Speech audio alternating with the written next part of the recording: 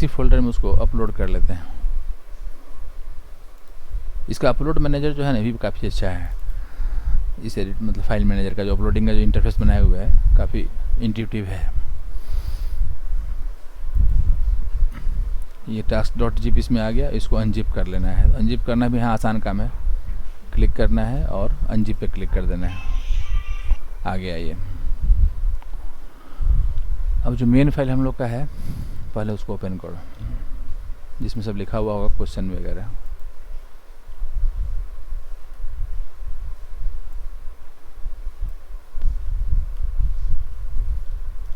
तीन ही क्वेश्चन था। Write a program to read 3 numbers from the user and then find the largest among them using nested if else statement.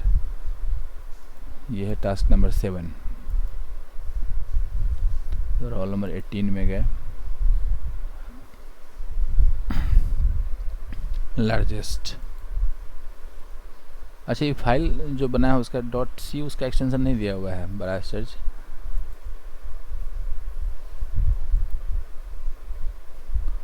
किसी file का extension .c नहीं है,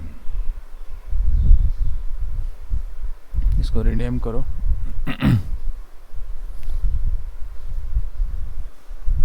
.c। इतना लंबा नाम देने की जरूरत नहीं है। ऐसा भी कर सकते हो कि अपना रोल और टास्क नंबर लिख दो उसमें बस, है ना, जैसे ऐसे। ये इसका है इलेक्ट्रिसिटी वाला है, इलेक्ट्रिसिटी वाला जो है 9 है, तो इसको हम ऐसा कर सकते हैं कि रोल 18 टास्क 9.c। तो इसे भी क्लियर हो जाएगा कि इस रोल नंबर का टास्क नंबर इतना का ये फाइल है। मतलब फाइल का नाम सिस्टमेटिक होना चाहिए। सिस्टमेटिक होने से क्या होता है कि, और कभी हम ऐसा भी कर सकते हैं कि इसमें ये भी हिंट दे दें कि किसके लिए है, ज़्यादा लंबा नहीं, तो इलेक्ट्रिसिटी बिल .c। मतलब ये रोल नंबर 18 का बनाया हुआ है, टास्क नंबर 9 के कॉरस्पॉन्डिंग है, और इसका मेन टारगेट है इलेक्ट्रिसिटी बिल जनरेट करना। ऐसे ही जैसे ये लार्जेस्ट अमंग 3 नंबर्स का था, .c होना चाहिए लास्ट में, क्योंकि सी का प्रोग्राम है ना। यहाँ भी वही रोल 18 टास्क रोल 18। हेलो, हाँ हेलो, आ रहा है आवाज़? कोई किसी का भी ऑन हुआ था माइक? अच्छा हाँ, कुछ कुछ बोलना चाह रही थी लेकिन फिर उसका म्यूट हो गया हुआ है। कुछ पूछना है क्या?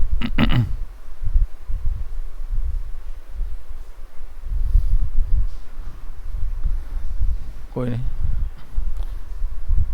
तो ये जो क्वेश्चन है लार्जेस्ट नंबर वाला, ये 7 है ना, 7 है ये। तो टास्क नहीं, पहले रोल 18 टास्क 7 और ये लार्जेस्ट .c और ये लिप और नॉन लिप जो है टास्क नंबर 8 हो जाएगा ये। तो रोल 18 टास्क 8 lip.c। जैसे टास्क नंबर 7 पे आते हैं। अच्छा इसको यूज़ किया ना GDB ऑनलाइन को, ठीक है। तो ये अप्रोच भी तो इसका ये वाला अप्रोच भी चलता है, बढ़िया है। जैसे कर्ली ब्रैकेट हम इसी लाइन में स्टार्ट कर लिए। हालांकि इसमें एक प्रॉब्लम होता है, जैसे कहाँ पे ओपनिंग है कहाँ पे मैच क्लोजिंग है ना, इसको पकड़ना थोड़ा इसमें डिफ़िकल्ट टास्क हो जाता है। जैसे अगर यही चीज़ मान लो अगर यहाँ से स्टार्ट करोगे ना, तो क्या होगा कि कॉलम नंबर 1 में स्टार्ट हुआ, जिस कॉलम में स्टार्ट हुआ उसी कॉलम में इसका क्लोजिंग हो गया। तो इसको ट्रैक करना या मैचिंग करना बाद में जो है आसान काम हो जाएगा। ऐसे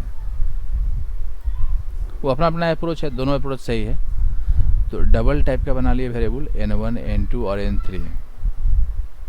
हालांकि डबल बनाने का कोई मतलब था नहीं यहाँ पे, सिंपल नंबर के लिए करना था तो इंटीरियर से भी काम हो सकता था। ये चलो अपने से बनाया होगी, कहीं से कॉपी पेस्ट किए हो? हाँ हमको इसलिए लग रहा है कि डबल क्यों किया हुआ है। जनरली हम लोग डबल नहीं करते हैं, डबल तब यूज़ करते हैं जब बहुत बड़ा कोई फ्रैक्शनल नंबर अगर यूज़ करना हो, तब जनरल इंटेंशनली आदमी उसको यूज़ करता है, नहीं तो जनरली इंटीरियर हो गया, फ्लोट हो गया, यही काफ़ी है। लेकिन ये ठीक है, n1 है, n2 है, n3 3 नंबर हो गया, इंटर 3 नंबर्स। तो यहाँ पे पता है स्पेस भी देना ज़रूरी नहीं है, ऐसे भी ले लेगा वो। अगर n1 का वैल्यू n2 से बड़ा है और n1 का वैल्यू n3 से बड़ा है तो n1 इज़ द लार्जेस्ट, नहीं तो n3 इज़ द लार्जेस्ट। और फिर n2 का वैल्यू अगर n3 से बड़ा हो गया तो n2 इज़ द लार्जेस्ट। हाँ, चूँकि इस ब्लॉक में आया इसका मतलब है कि n2 हमारा n1 से बड़ा है, फिर n2 n3 से बड़ा है तो n2 largest, otherwise n3 largest. ये प्रोग्राम तो सही है, इसमें कोई दो मत नहीं है इसके अंदर।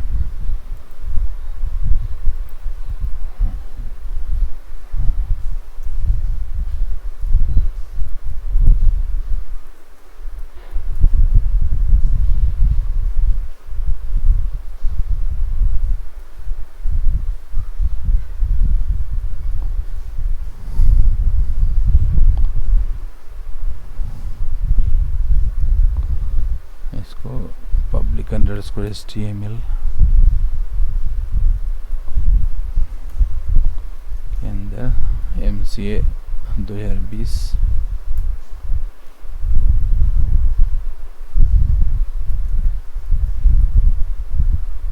18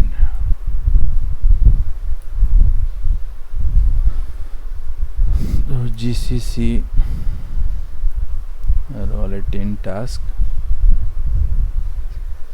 7 largest, जैसे 12 है, 34 है, 10 है। 34 इज़ द लार्जेस्ट, सही है, बीच में आ गए। हालांकि इस हर एक प्रिंटफ के बाद जो है ना यहाँ पे एक स्लैश इन देना ठीक रहेगा।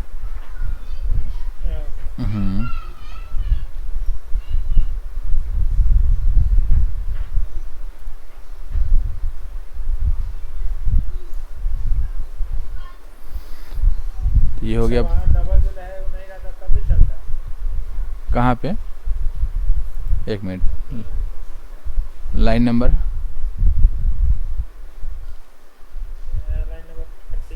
13। हाँ, ये मतलब डबल है क्या कि हम जिस मतलब जो नंबर इनपुट लेने जा रहे हैं ना वो किस नेचर का, उसका नेचर क्या है। ठीक है, मतलब फ्रैक्शनल नंबर अगर है तो जनरली लोग फ्लोट लेते हैं, और अगर होल नंबर में काम करना है तो उसके लिए इंटीजर लेते हैं, इंट लेते हैं। डबल भी काम करेगा, कर ही रहा है, क्यों नहीं करेगा, लेकिन डबल का मतलब होता है कि कोई ज़्यादा ही बड़ा नंबर अगर हैंडल करना है तो उसके लिए डबल यूज़ करना है। नॉर्मल रेंज का अगर नंबर है तो फ्लोट से भी काम हो जाएगा। अब फ्लोट के केस में फिर क्या होगा कि ये %LF यूज़ करने की ज़रूरत नहीं है, %F से ही काम हो जाएगा वहाँ पे। ये %LF जो है ना ये डबल के लिए फॉर्मेट स्ट्रिंग है। ठीक है, ये हो गया तुम्हारा। Then 8 leap year. Leap year का जो लॉजिक हम बताए थे उस लॉजिक को फॉलो किए हो? नहीं किया हुआ है ना? कोशिश तो किया है सर। नहीं, जैसे हम बताए हैं ना कि पहले सेंचुरी ईयर चेक करना है। ठीक है, यहाँ लिखा ना कि in the outer if statement check whether the year is century और नॉन सेंचुरी। मतलब आउटर इफ में ये चेक करना है कि पहले सेंचुरी है कि नॉन सेंचुरी है, तब इनर इफ में ये चेक करना है कि लीप है कि नहीं है। तो वो चीज़ तो यहाँ हमको लगता है तो गलत है ही।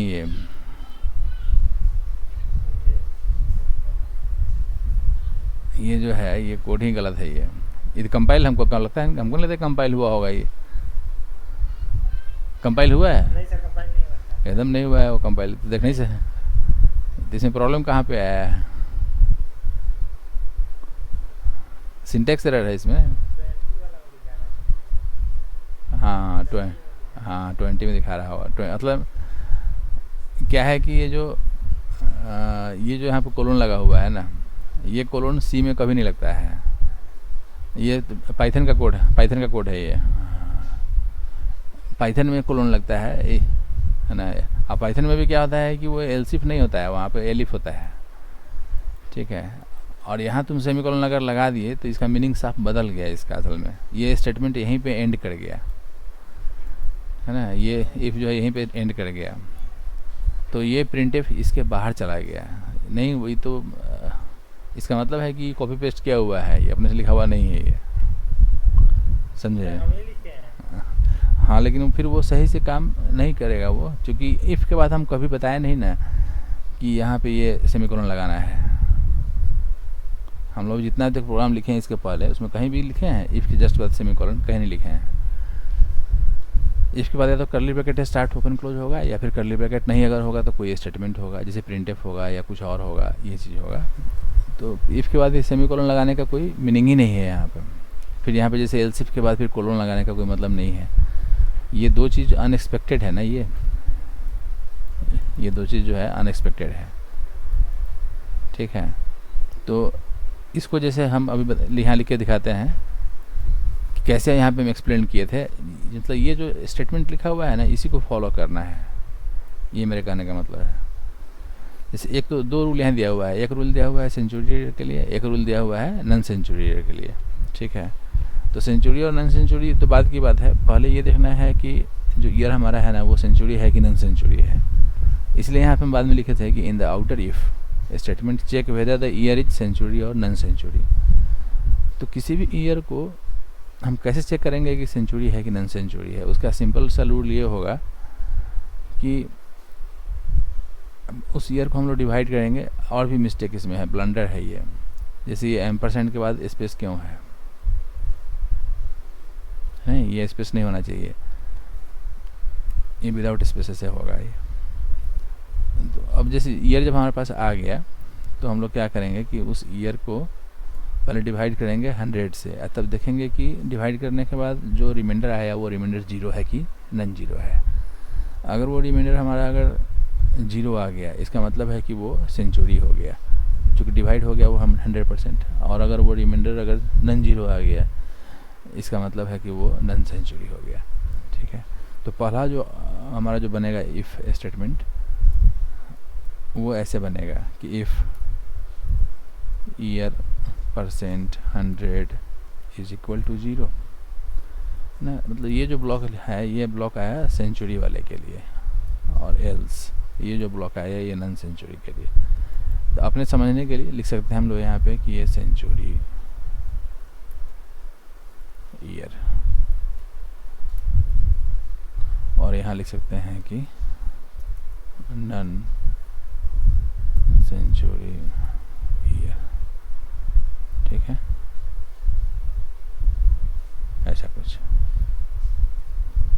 अब जब ये सेंचुरी ईयर हो गया ना, तो डिसाइड हो गया कि ये सेंचुरी है या नॉन सेंचुरी ईयर है, तब यहाँ पे इस रूल पे जाना है कि a century year is leap when it is completely divisible by 400 otherwise non leap. तो अब सेंचुरी ईयर के केस में क्या करेंगे ना कि उसी ईयर को अब 400 से डिवाइड करेंगे, और 400 से डिवाइड करने के बाद देखेंगे कि अब उसका सिचुएशन क्या है, फिर से वो डिवाइड हो रहा है कम्प्लीटली या नहीं। देखेंगे कि इफ़ ईयर तो वेरिएबल है, स्मॉल वाला आएगा, if year % 400 is equal to 0। अगर ये सिस्टम है तो ये हो जाएगा लीप के लिए, और नहीं तो फिर ये हो जाएगा नॉन लीप के लिए। तो इस केस में हम लोग यहाँ पे दे देंगे कि प्रिंटफ है ना लीप ईयर, और एक स्लैशन लगा सकते हैं, बहुत से बहुत लगाना भी चाहिए स्लैशन, और फिर एक प्रिंटफ यहाँ दे देंगे नॉन लीप ईयर, या नॉन लीप लिखने का मन नहीं है तो दे देंगे कि कॉमन ईयर, क्योंकि ईयर दो ही तरह का होता है, एक जनरल होता है जो कॉमन है, और एक होता है जो कि लीप है। फिर जब नॉन सेंचुरी का केस है तो यहाँ रूल लिखा हुआ है कि a non century year is leap when it is completely divisible by 4। मतलब कि नॉन सेंचुरी केस में उसको क्या करना है कि 4 से डिवाइड करना है, और 4 से डिवाइड करके देखना है कि अब जो उसका रिमाइंडर आ रहा है ना वो रिमाइंडर हमारा 0 है या फिर नहीं है। तो यहाँ लिखेंगे कि if year %4 is equal to 0,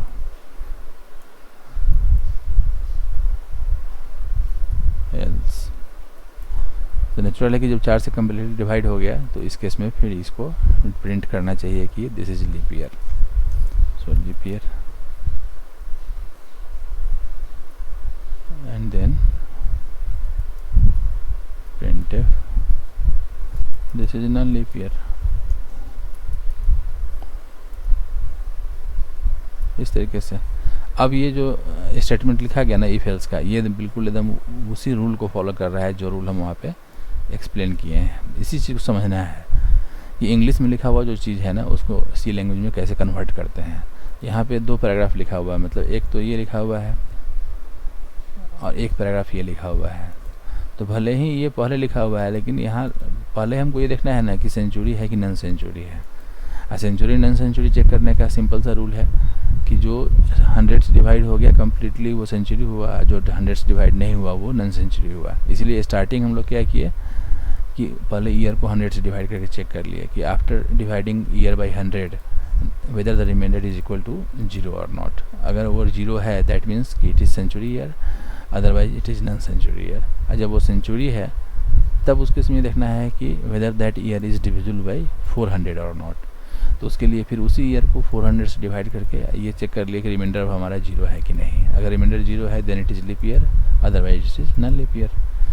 और फिर अगर नॉन सेंचुरी है तो सेम काम करना है लेकिन 4 से करना है।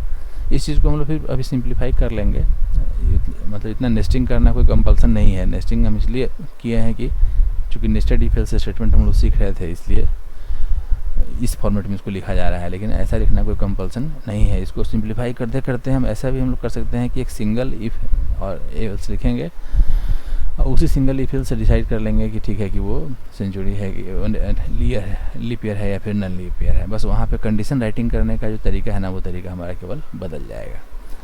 तो वहाँ पे कंडीशन लंबा हो जाएगा, तो कंडीशन लंबा हो जाएगा तो number of if else statement कम हो जाएगा, नेस्टिंग का लेवल भी कम हो जाएगा। और कंडीशन छोटा रहेगा तो number of if else statement बढ़ेगा और जो नेस्टिंग का लेवल है वो भी बढ़ेगा।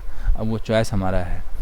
तो स्टार्टिंग में क्या होता है कि कंडीशन कॉम्प्लेक्स कंडीशन राइट करना डिफ़िकल्ट काम होता है किसी के लिए भी। तो वहाँ पे हम लोग क्या करते हैं कि नेस्टिंग वेस्टिंग लगा करके उसको सिंप्लीफाई कर लेते हैं।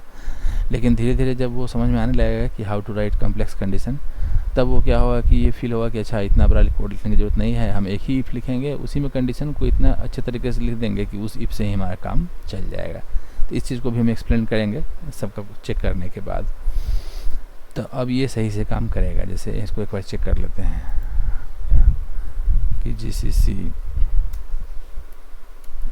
रोल 18 टास्क 8 तो ही गया है,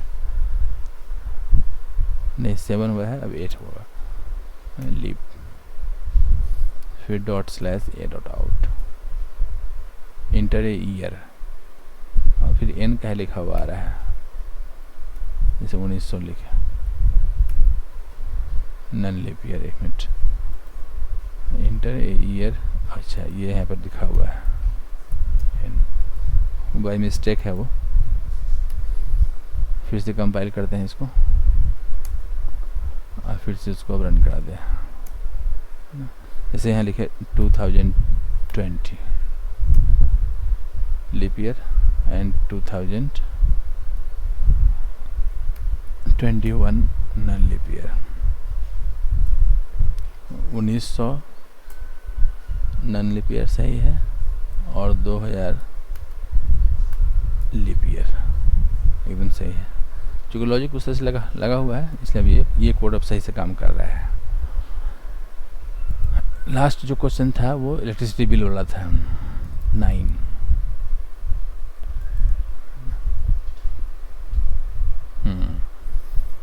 इसमें भी नेस्टिंग लगा हुआ है अच्छा खासा। जैसे यहाँ पे वेरिएबल्स में यूनिट हो गया, अमाउंट हो गया, ठीक है। कितना यूनिट कंज्यूम हुआ और कितना अमाउंट उसका कैलकुलेट होगा, इंटर यूनिट्स। और फिर यहाँ पे हम लोग क्या किए, यूनिट ले लिए। अब प्रिंटफ में गए, इलेक्ट्रिसिटी बिल प्रिंट कर लिए। अगर यूनिट का value less than equal to 0 है तो प्लीज़ इंटर पॉजिटिव नंबर, ये भी सही है। इसको भी कैपिटल कर लेते हैं।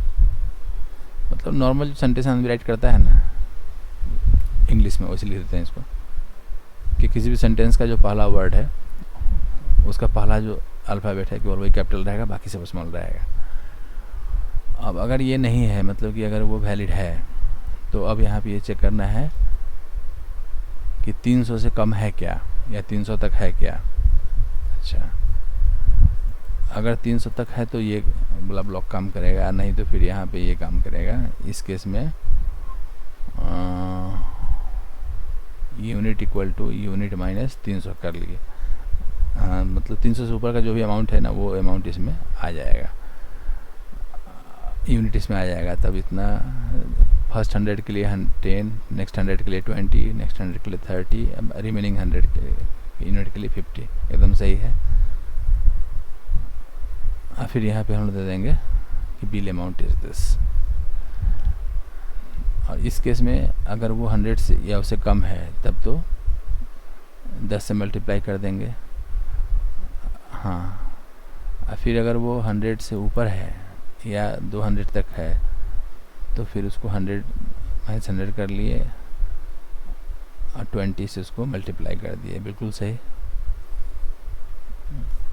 और अगर वो 200 या उससे ज़्यादा अगर है और 300 तक अगर है तो उस केस में यूनिट का कंज्यूम इतना है और 200 करके अभी सही काम करेगा, इसमें कोई शक नहीं है। थोड़ा बहुत इम्प्रूवमेंट इसमें अखर बहुत सारा रिक्वायर्ड है, लेकिन फिर भी ये सही है, ये जो अप्रोच जो लिखा हुआ है। क्योंकि सारा कंडीशन हमको लगता है इसमें ऑलमोस्ट इसमें चेक किया हुआ है इसमें कि कौन सा कंडीशन कहाँ पे कैसे क्या राइट होगा। अब है क्या कि जैसे ये प्रिंटिफ जो है ना, हम लोग बार बार इसको यूज़ कर रहे हैं, है ना। तो इसको हम लोग इस चीज़ को हम लोग चाहे तो रोक सकते थे। जैसे अब ये हर ब्लॉक में क्या किया हुआ है कि 2 प्रिंटिफ यूज़ किया हुआ है, एक यूनिट कंज्यूम्ड के लिए और दूसरा बिल अमाउंट के लिए। तो पहली बात है कि यूनिट कंज्यूम्ड जो है ना उसको दिखाने की ज़रूरत नहीं है। इसलिए ज़रूरत नहीं है ना कि ऑलरेडी जिसे हम प्रोग्राम रन कराएंगे तो वहाँ पे इंटर यूनिट्स लिखा हुआ आएगा और वहाँ पे यूनिट हम लिखेंगे ही लिखेंगे, तो वो तो ऑलरेडी दिखता रहेगा कि कितना यूनिट इंटर किया गया है। बचता केवल ये है कि बिल अमाउंट। अब जैसे ये बिल अमाउंट भी जो लिखा हुआ है ना, अब उल्टा है ये सिंपल इंग्लिश का स्टेटमेंट, और इसमें बी स्मॉल से शुरू है और ए कैपिटल से शुरू है। अच्छा नहीं लगेगा, बेहतर होगा कि नॉर्मल लिखा जाए इसको कि बिल और अमाउंट। हाँ, इस एक को कैपिटल रख सकते हैं, ये अलग चीज़ है। जैसे यहाँ पे सही लिखा हुआ है, फिर जैसे यहाँ भी सही लिखा हुआ है और यहाँ भी सही लिखा हुआ है, लेकिन अब यही चीज़ जो है ना बार बार रिपीट हो रहा है। मतलब ये बिल अमाउंट जो है ना हमेशा हमको प्रिंट करना है अदर देन दिस इफ़। तो एक तो है कि ये जो यूनिट कंज्यूम्ड है इसको दिखाने की ज़रूरत नहीं है, वो ऑलरेडी वहाँ दिखेगा ही दिखेगा। तो अननेसेसरी आउटपुट करने से क्या फ़ायदा उसको, उसका कोई इसका यूज़ नहीं है। इसको फिर नीचे लाते हैं।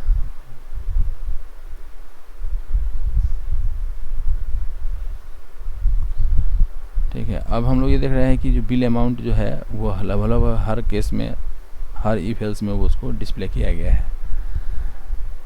हर जगह वेरिएबल का नाम सेम ही है, तो बार बार जो रिपीट कर रहे हैं ना, उससे अच्छा है कि इस प्रिंटफ को यहाँ से कट करके, क्यों नहीं इसको हम डायरेक्टली यहाँ डाल दें।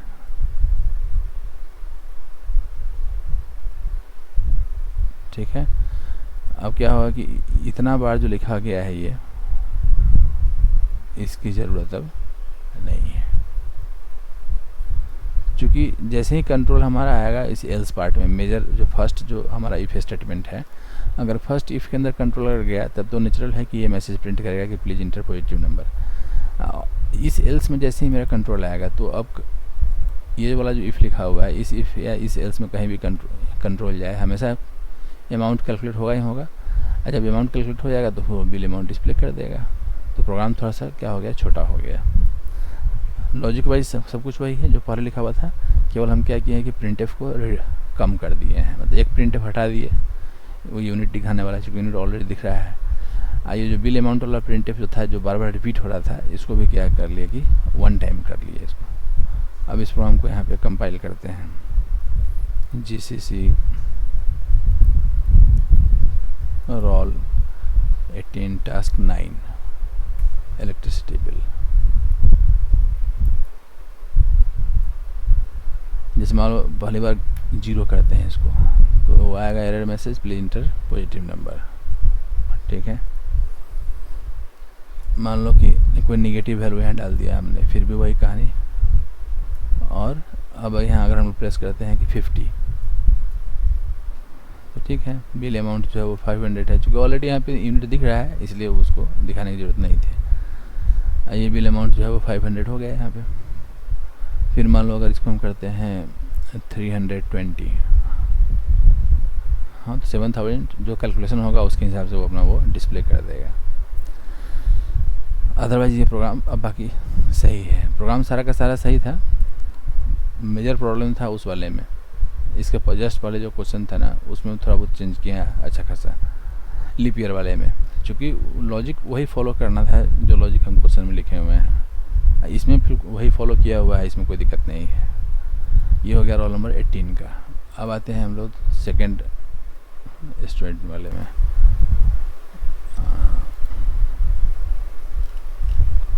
एक आशीष का है, इसका है रोल नंबर कितना है, 9 है। डाउनलोड ऑल अटैचमेंट्स सी program.g।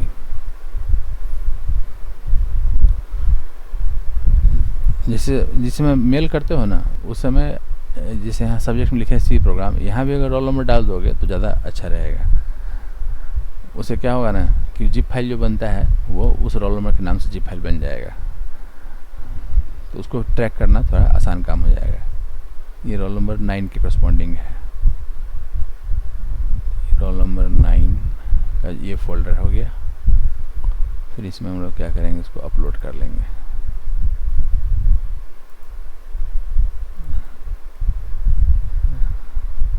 अपलोड करने के बाद अब ये फाइल था, आज का फाइल ये है, इसको अनजिप कर लेते हैं। इसमें पहला क्वेश्चन है लार्जेस्ट, तो लार्जेस्ट के लिए लार्जेस्ट 9 डॉट्स।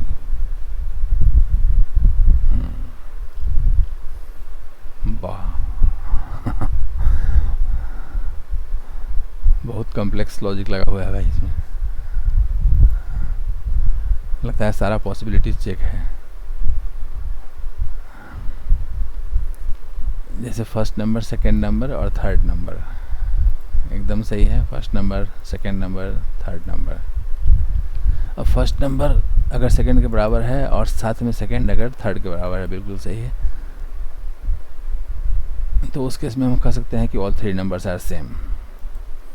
नहीं तो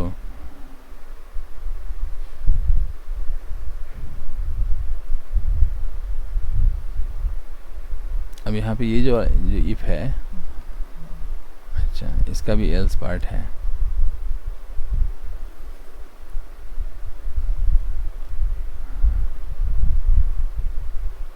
इतना कॉम्प्लेक्स बनाने की जरूरत क्या था, हमको नहीं समझ में आ रहा है। जैसे यहाँ चेक किया हुआ है कि फर्स्ट नंबर अगर सेकंड नंबर के बराबर है, अच्छा, या सेकंड नंबर थर्ड के बराबर है, या थर्ड फर्स्ट के बराबर है, ठीक है, मतलब कोई 2 नंबर एक दूसरे के बराबर अगर है। अच्छा, यहाँ ये भी दिखाया गया है कि लार्जेस्ट है और साथ में first and second number are same, नहीं तो फिर ये केवल लार्जेस्ट है। मतलब लार्जेस्ट के अलावा अगर 2 नंबर अगर सेम मिलता है तो उसको भी ये डिस्प्ले करेगा, ये करने का मतलब। फिर ये लार्जेस्ट है and first and third number are same.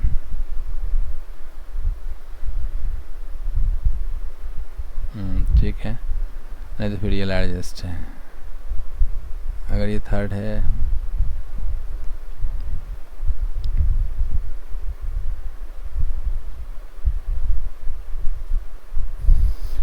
यार एल्स वाले पार्ट में है कि फर्स्ट अगर बड़ा हो गया सेकंड से और फर्स्ट अगर बड़ा हो गया थर्ड से, तो फर्स्ट इज़ द लार्जेस्ट।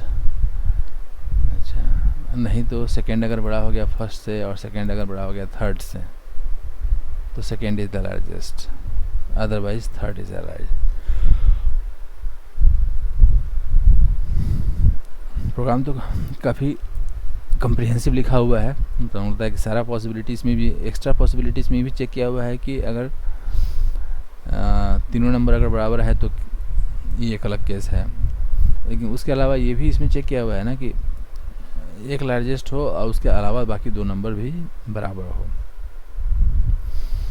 तो उसको भी ये बता देगा कि ये नंबर लार्जेस्ट है और इसके अलावा जो दो नंबर है वो दो नंबर हमारा सेम है।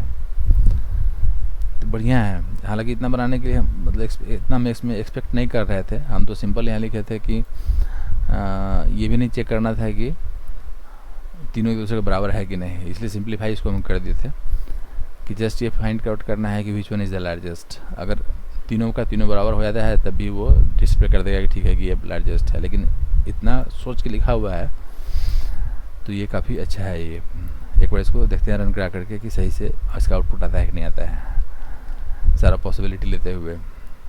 ये फोल्डर है रोल नंबर 9 का।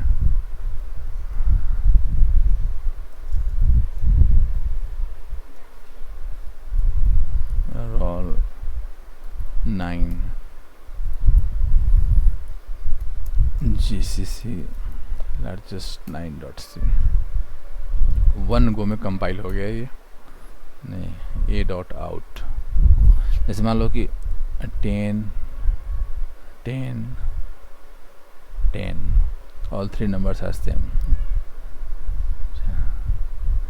फिर 10 20 10 हाँ, तो इसमें कहाँ बताया है कि 20 जो है सो लार्जेस्ट है और फर्स्ट और थर्ड सेम है, ऐसा तो बता नहीं रहा है। ऑनलाइन है क्या आशीष? हेलो, आ रहा है आवाज़? तुम्हारा आवाज़ बहुत कम आ रहा है लेकिन।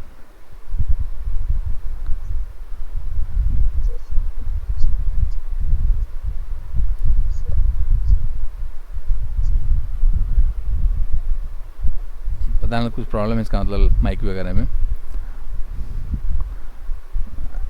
हो सकता है कुछ सेटिंग में कुछ प्रॉब्लम हो, कोई नहीं। लेकिन जैसे इसका अभी जो सिचुएशन था हम लोग का ना, उसके हिसाब से ये होना चाहिए था ना कि जैसे हमारा जैसे हम जो प्रोग्राम रन कराए हैं यहाँ पे, तो सेकंड हमारा जो है सो लार्जेस्ट है 20, तो 20 दिखा दिया कि 20 इज द लार्जेस्ट, लेकिन साथ में ये भी बताता है ना ये कि फर्स्ट और थर्ड दोनों सेम है। जैसे यहाँ पे एक सिचुएशन लिखा हुआ है कि first and third are same, हालांकि यहाँ पे ये गलत है लिखा हुआ, क्योंकि यहाँ पे ये फर्स्ट नंबर को हम डिस्प्ले कर रहे हैं, अब फिर लिख रहे हैं कि first and third are same. जैसे अब 1 मिनट इसको चेक करना होगा।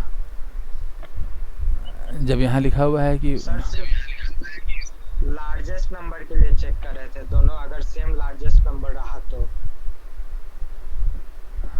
अच्छा हाँ, लेकिन मैसेज तुम दिया हो ना कि this is the largest and first and second are same, मतलब दो नंबर अगर लार्जेस्ट हो तब उसके लिए है क्या ये? 1 मिनट, समझ गया। ये उस सिचुएशन के लिए है कि जैसे मतलब कि फर्स्ट भी 10 है और ये भी 10 है और मान लो ये हमारा 4 है, हाँ इसमें ये काम करेगा कि 10 is the largest and first and second are same. अच्छा, तब ये काम करेगा। जैसे 34 है, 12 है, 9 है, 34 इज़ द लार्जेस्ट। लेकिन एक सिचुएशन वो भी तो है कि एक हमारा लार्जेस्ट है और बाकी दो जो है सेम है, तो उसको टैकल नहीं किया हुआ है। बस ये टैकल किया हुआ है कि लार्जेस्ट नंबर अगर मोर देन 1 अगर आता है तो वहाँ पे बता देगा प्रोग्राम कि ये भी लार्जेस्ट है और इसके साथ साथ वो भी लार्जेस्ट है। सही है। जैसे मान लो अगर हम यहाँ लिखते हैं कि 10 3 10, एकदम सही। जैसे 10 is the largest number and first and third are same. ठीक है कि फर्स्ट और थर्ड दोनों ही हमारा लार्जेस्ट है। बढ़िया है। इतना दिमाग लगाए कम से कम, तो इतना कंडीशन सोचने का मौका मिल गया ना कि क्या क्या पॉसिबिलिटी हो सकता है, ये पॉसिबिलिटी है। क्योंकि ये कोड जो है ना, ये एकदम देखने से लगता है कि स्टूडेंट का मतलब बिल्कुल अपना सोच है। क्योंकि जनरली आदमी जो लार्जेस्ट का जो कोडिंग करता है तो उसमें मैक्सिमम एक ही चीज़ चेक करता है कि कहीं तीनों बराबर तो नहीं है, और अगर तीन का तीनों बराबर हो गया तो डिस्प्ले कर देंगे कि ठीक है तीनों बराबर है, और नहीं अगर हुआ तब ये डिस्प्ले कर देंगे कि ठीक है कि कौन सा लार्जेस्ट है। लेकिन यहाँ पे ये जो चेक किया हुआ है ना, वो एक एक्स्ट्रा इसका फीचर है कि अगर लार्जेस्ट हमारा 2 बार अगर आता है तो ये बताया जाता है कि वो दोनों कौन सा नंबर है जो कि लार्जेस्ट है। ये बहुत बड़ी बात है। तो नेचुरल है कि ये इसका अपना मतलब सोच है, ये अपना थिंकिंग है, या अपना कंडीशन राइट करने का कैपेबिलिटी है ना, ये चीज़ें हैं। तो ये इसका फर्स्ट प्रोग्राम हो गया। सेकंड प्रोग्राम में आते हैं। सेकंड प्रोग्राम जो था उसका नाम था, एक मिनट, लीप ईयर वाला नाम था उसका। इसमें लीप कहीं होगा, लीप ईयर 9.c। प्रोग्राम का नाम मतलब क्या होना चाहिए ना, ये भी बड़ी टिपिकल चीज़ है। सिचुएशन पे डिपेंड करता है कि हम किस इन्वायरमेंट में काम कर रहे हैं, कहाँ हमको फाइल सबमिट करना है। ठीक है, तो फाइल का नाम और फोल्डर का नाम जो होता है ना, ये भी बहुत इम्पोर्टेंस रखता है सिचुएशन पे डिपेंड करते हुए। इसलिए ऐसा कुछ होना चाहिए कि फाइल का नाम हम जब तो उस समय उसके नाम से ही बहुत सारी चीज़ क्लियर हो जाए। जैसे यहाँ पे हम लोग का सिचुएशन ये होता है ना कि किस स्टूडेंट का है, टास्क नंबर कौन सा है, उसके अंदर किस चीज़ का लॉजिक लगा हुआ है। तो ये तीनों चीज़ अगर उसमें अभी जैसे हम किए हैं इसके पहले वाले में उस तरीके से कर देना, तो क्या हो जाएगा कि और अच्छा हो जाएगा वो। इसमें ईयर ले लिए इनपुट। अच्छा, ईयर अगर लेस देन 0 है तो इनवैलिड इनपुट है। ठीक है, ईयर नेगेटिव नहीं हो सकता है। और ईयर अगर 100 से ये तो मेरे हम जिसे हम बताया उसमें लिखा हुआ है कि अगर ये सेंचुरी है तब उसके बाद अगर ये 400 से डिवाइड होता है तो ये लीप ईयर है, अदरवाइज ये नन लीप ईयर है। और नहीं तो अगर 4 से डिवाइड अगर होता है तो लीप है, नहीं तो नन लीप है। एकदम एग्जैक्ट सही है। हालांकि हम ये चाहेंगे कि ये जो कंडीशन है ना, यहाँ पे 0 हम बताए नहीं थे, लेकिन ऐसे हम जानकारी के लिए बता देते हैं कि ये कंडीशन तो अपने आप में सही है, लेकिन ये लीप ईयर का जो कंसेप्ट है ना, ये पहली बार डिटेक्ट हुआ था 1500 कुछ था उसका ईयर। उसके बाद ये कंसेप्ट आया था। ठीक है ना, उसके पहले ये कंसेप्ट नहीं था। ये ऐसा नहीं है कि मतलब उस समय जैसे कोई ईयर रहा होगा, जैसे 1000 रहा होगा, या कोई ईयर रहा होगा 1400 कुछ, 1200 कुछ। उस समय जो है ना लीप ईयर का कंसेप्ट था ही नहीं। लीप ईयर कंसेप्ट आया है इस समय 1500 समथिंग के बाद आया है। तो इसीलिए जनरली जब लीप ईयर के लिए हम लोग जो वैलिडेशन करते हैं तो उस वैलिडेशन में उसी 1538 या कुछ और है उसको फॉलो करते हैं। 1 मिनट रुक जाओ। हम एक स्टूडेंट को पढ़ा रहे थे पाइथन, तो उसमें ये दिया हुआ था। 1 मिनट रुको, चेक कर लेते हैं।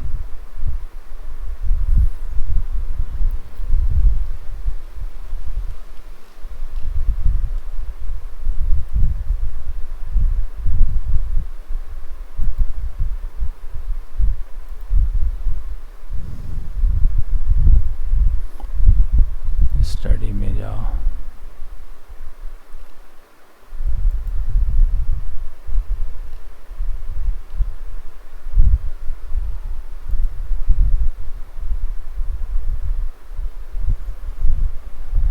ये तो दूसरा चीज़ है, प्रीवियस वाले में आते हैं।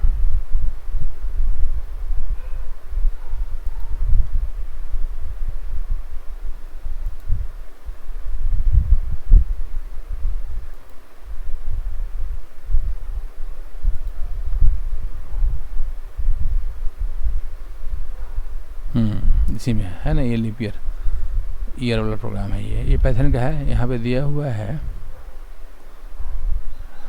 1582।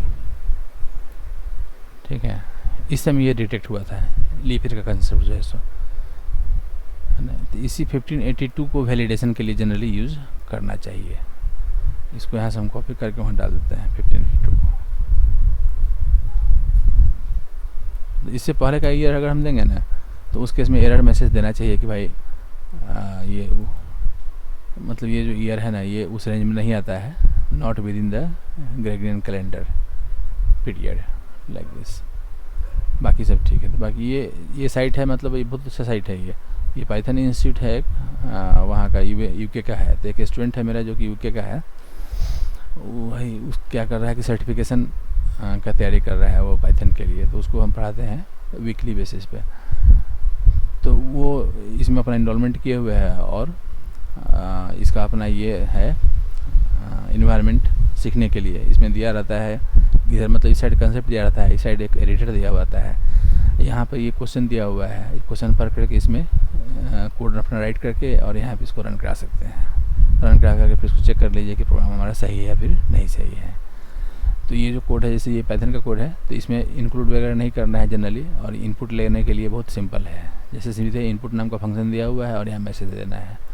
मतलब सी में हम लोग क्या करते हैं कि पहले प्रिंटफ लिखते हैं तब स्कैनफ लिखते हैं। यहाँ है कि जो इसका स्कैनफ है, मतलब स्कैनफ की जगह पे जो इनपुट है ना, उसी में हम मैसेज भी पास कर सकते हैं।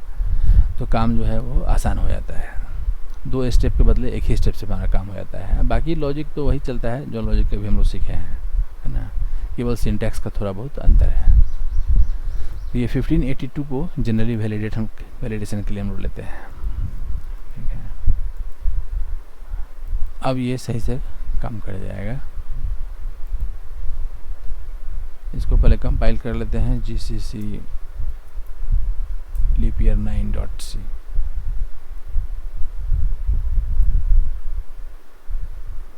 जिसे मालूम देते हैं फिर 1200। ये भी देखो ईयर है लेकिन ये इनवैलिड में चला जाएगा, है ना। 1582 से ऊपर का जो हम देंगे ना, उसको मान के चलेंगे कि वो वैलिड है। हालांकि उसके अपर लिमिट भी एक देना चाहिए, जनरली लोग नहीं देता है, लेकिन अपर लिमिट भी हम लोग दे सकते हैं। जैसे अब ये मान के चलो ना कि 4 डिजिट ज़्यादा का नहीं हो सकता है, क्योंकि अभी चल रहा है कितना, 2021, तो 4 डिजिट का लिमिट हो जाएगा 9999।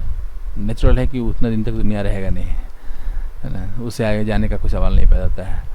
तो ये क्या है कि 4 डिजिट ही मोर देन सफिशिएंट हमारे लिए है, तो उसको भी हम वैलिडेट कर सकते हैं। नहीं तो अभी क्या होगा ना कि कोई आदमी बहुत बड़ा ईयर दे देगा, 6 डिजिट का, 5 डिजिट का, 10 डिजिट का, तो फालतू का वो बताएगा कि लीव है कि नहीं, नन लीव है।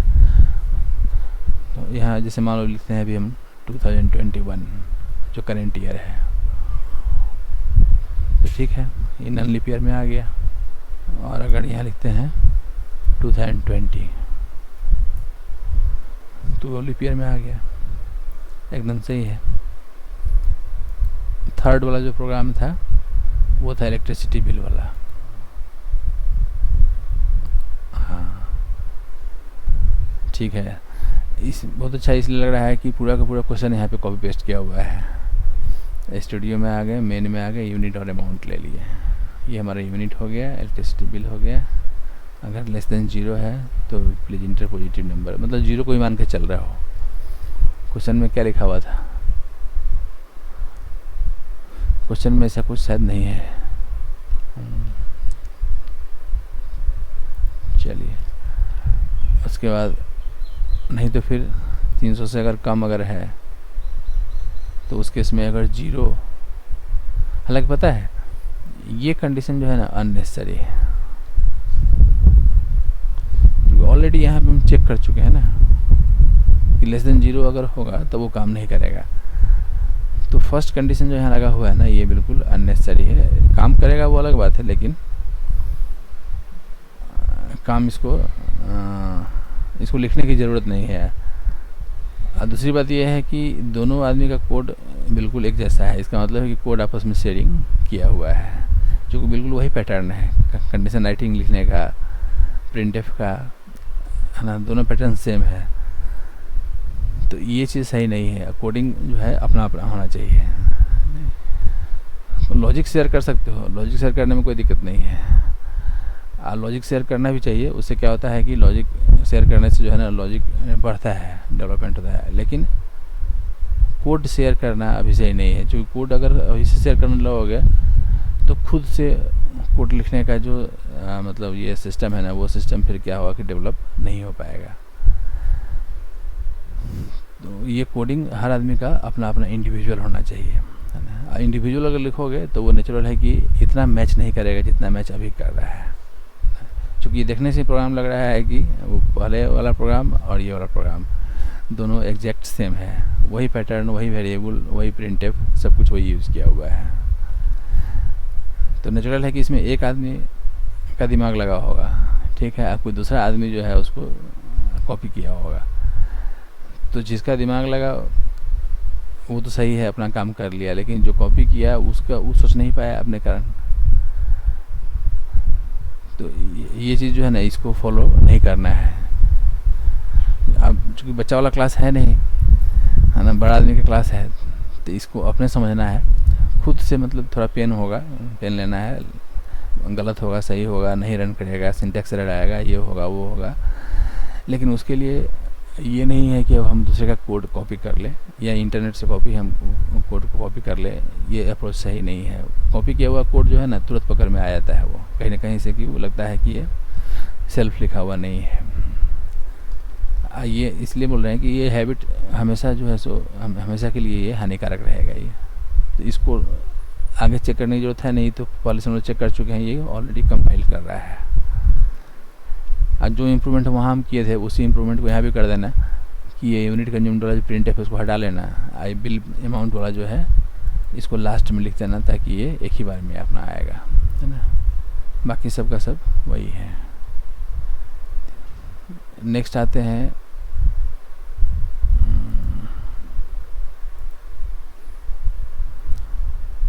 कहाँ गया, जितेंद्र का है, रोल नंबर 11 के लिए है।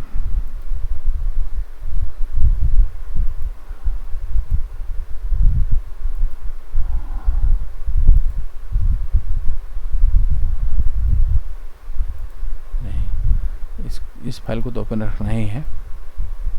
इसमें क्या करना है कि रोल नंबर 11 में जाना है और इसको अपलोड कर लेना है। 7, 8 और 9 ये वाला फाइल था।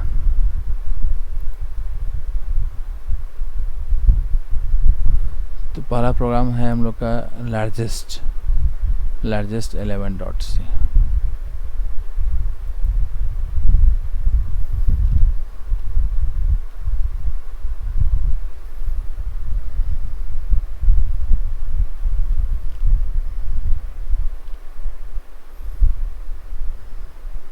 पहले तो ये चेक किया हुआ है कि सब बराबर है कि नहीं। अगर बराबर है तो नो वन इज लार्जेस्ट। उसके बाद है कि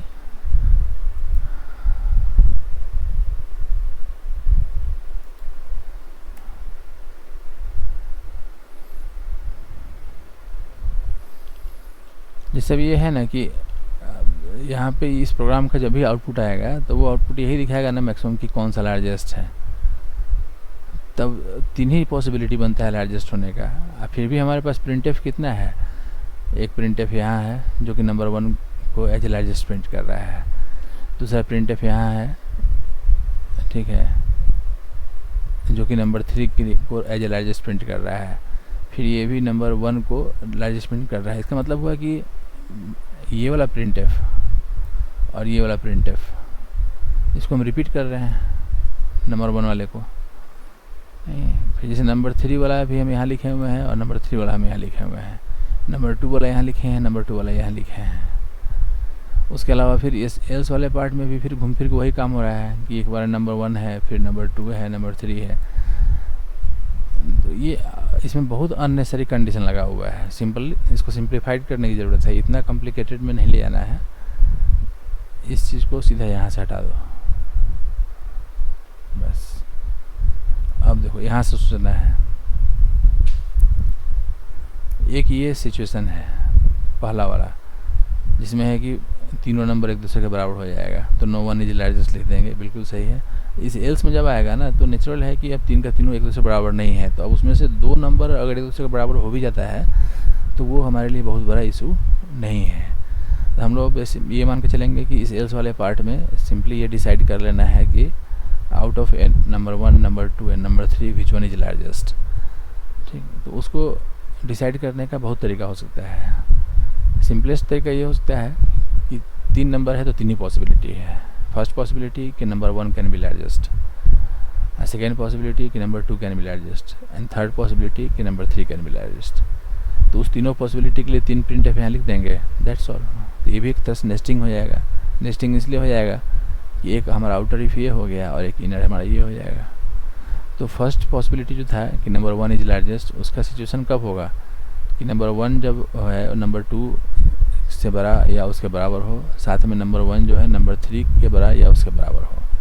अगर ये दोनों कंडीशन एक साथ हो जाता है, इसका मतलब है कि first number is largest.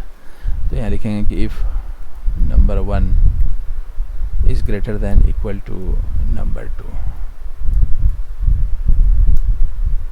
And number 1 is greater than equal to number 3।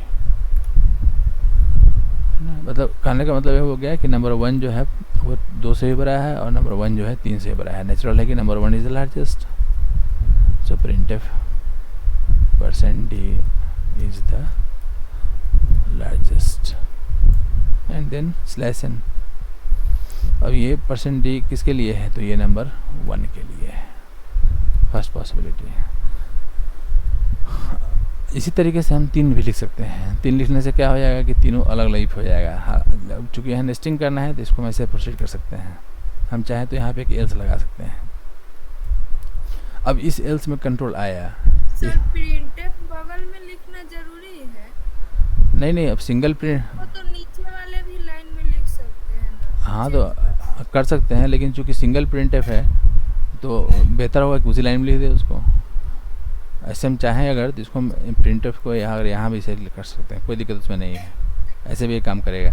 हम लोग चाहें, कुछ लोग क्या करता है इसको ऐसे भी लिखता है, ठीक है। सबसे अच्छा तरीका माना जाता है कि क्या करें, इसको यहाँ से कर्ली ब्रैकेट स्टार्ट कर लें और कर्ली ब्रैकेट इसका क्लोज कर दें। ये सबसे ज़्यादा क्लियर कट है ये, है ना। यहाँ पे तो उसको अगर वैसा करना है तो यहाँ पे इसे कर लो। ऐसे ज़्यादा अच्छा होगा। हाँ, मतलब बिगनर्स का ये अप्रोच है, ये अप्रोच जो है बिगनर्स का है, ठीक है। ऐसे कर ले, अब एकदम बिल्कुल क्लियर हो गया ना कि जब ये कंडीशन ट्रू है तो ये प्रिंट करना है, नहीं तो फिर जब ये कंडीशन है तो फिर ये काम करना है।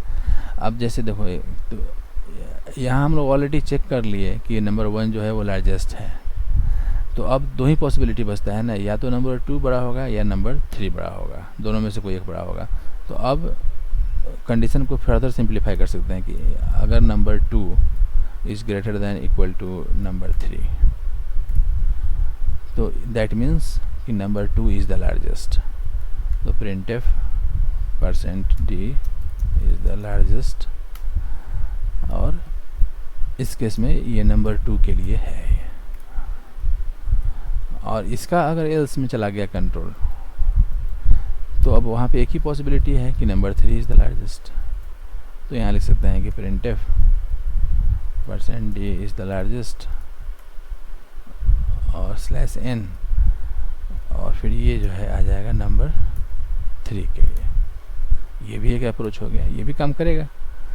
तो यहाँ पे ये यहाँ से लेकर के यहाँ तक का जो कोड लिखा हुआ है ना, ये बस वही लॉजिक है कि क्या क्या पॉसिबिलिटी हम लोग चेक कर रहे हैं। फर्स्ट पॉसिबिलिटी हमने ये चेक किया कि तीनों कहीं बराबर तो नहीं है। अगर तीनों बराबर है तो मैसेज कर दिया कि नो वन इज़ लार्जेस्ट। अगर 3 का तीनों बराबर नहीं है तब तो है कि तीनों में से कोई एक होगा। तो सबसे पहले ये चेक कर रहे हैं कि कहीं नंबर 1 तो लार्जेस्ट नहीं है, तो उसके लिए जो कंडीशन होना चाहिए उस कंडीशन को यहाँ लिख दिया कि नंबर 1 लार्जेस्ट तभी ना होगा कि वो नंबर 2 से ही बड़ा होगा और नंबर 3 से ही बड़ा होगा। तो इसलिए अगर ये कंडीशन ट्रू हो गया तो उस केस में हम लोग मैसेज पे प्रिंट करेंगे कि नंबर 1 इज़ द लार्जेस्ट। नहीं तो फिर अब हमारे पास 2 ही पॉसिबिलिटी है, क्योंकि नंबर 1 का पॉसिबिलिटी यहाँ ख़त्म हो चुका है। तो जब कंट्रोल मेरा यहाँ आ रहा है, इसका मतलब है कि आइदर नंबर 2 इज़ लार्जेस्ट और नंबर 3 इज़ लार्जेस्ट। तो नंबर 2 लार्जेस्ट कब होगा, when it is more than और इक्वल टू 3। अगर ये पॉसिबिलिटी है then number 2 is largest, otherwise number 3 is largest. तो इसको कंपाइल करते हैं। इस चीज़ को राइट करने का बहुत तरीका हो सकता है, एक तरीका ये भी है। इसका फोल्डर है 11 वाला, तो इसमें जाते हैं फोल्डर में, रोल 11, और यहाँ क्या करते हैं, लार्जेस्ट, एक मिनट, GCC लार्जेस्ट 11.c। जैसे तीनों अगर बराबर दे दिए 10, 10 और 10, नो वन इज लार्जेस्ट। 2 अगर बराबर दिए 10, 10 और 20, 20 इज़ द लार्जेस्ट। फिर अगर 30, 20, 40, व्हाट इज दैट, काम कर रहा है सही से, अब ये काम कर रहा है। तो इसका पहला हो गया। दूसरा था लीप ईयर। लीप ईयर में जो लॉजिक हम बताए हैं, हाँ यहाँ भी इसको हम क्या करते हैं ना कि चेंज कर देते हैं।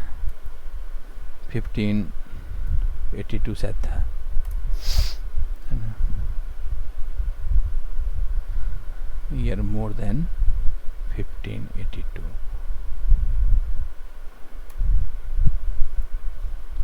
ऐसा लिख दो। अब एल्स वाले पार्ट में, अब जैसे यहाँ देखो थोड़ा सा है अलाइनमेंट का प्रॉब्लम है। मैंने इन द सेंस कि एक तो यहाँ ये जो लाइन छोड़ा हुआ है ना, इसका कोई खास मतलब नहीं है, इसको छोड़ने की जरूरत नहीं है। दूसरा ये है कि जैसे ये करली ब्रैकेट जो है ना, यहाँ से जो स्टार्ट हम किए एल्स के जस्ट बाद, इसको यहाँ से स्टार्ट करना चाहिए था, ठीक है। तो अब इस कारण से पूरा का पूरा एक ब्लॉक एक्स्ट्रा खसका हुआ है। इस सबको हम क्या करेंगे, सिलेक्ट करके और एक टैब पहले खींच लेंगे। शिफ्ट टैब से जो है ना बैक आता है, वो सिंपल टैब करने से आगे बढ़ेगा और शिफ्ट टैब करने से बैक आएगा। फिर ये लाइन एक्स्ट्रा है तो इस लाइन को डिलीट कर लेते हैं।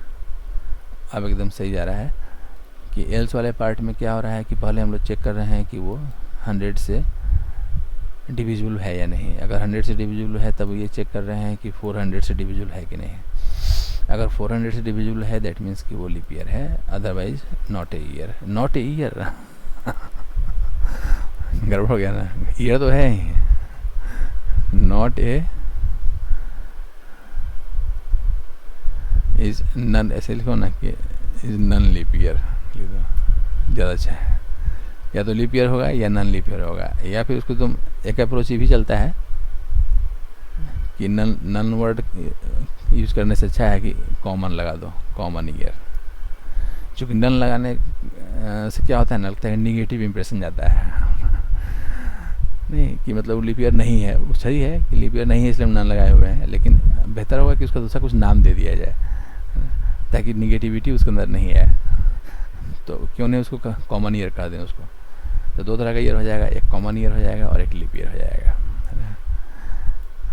फिर यहाँ भी वो लीप ईयर हो जाएगा और इस कॉमन ईयर हो जाएगा। ये ऐसा कुछ यहाँ बस 4 से डिवाइड करना है और उसको चेक कर लेना है। बहुत सारा लाइन इसमें ब्लैंक छोड़ा हुआ है, ये सब अननेसरी है। हालांकि टाइपिंग करते समय वो हो जाता है, वो अलग बात है, लेकिन बाद में उसको हटा देना चाहिए। अब एकदम बिल्कुल कम्पैक्ट हो गया और ये सही हो गया कोड। इसका नाम है लीप ईयर 11। तो GCC लीप ईयर 11./a.out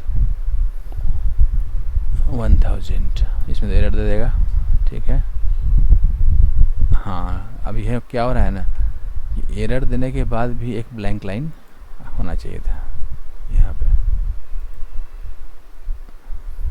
नहीं तो फिर वो जो टर्मिनल का जो प्रॉम्प्ट है ना वो उसी लाइन में आ जाता है।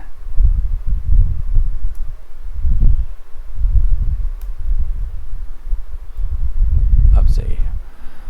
फिर अब जैसे मान लो यहाँ पे दिया हमने 1900 या 1904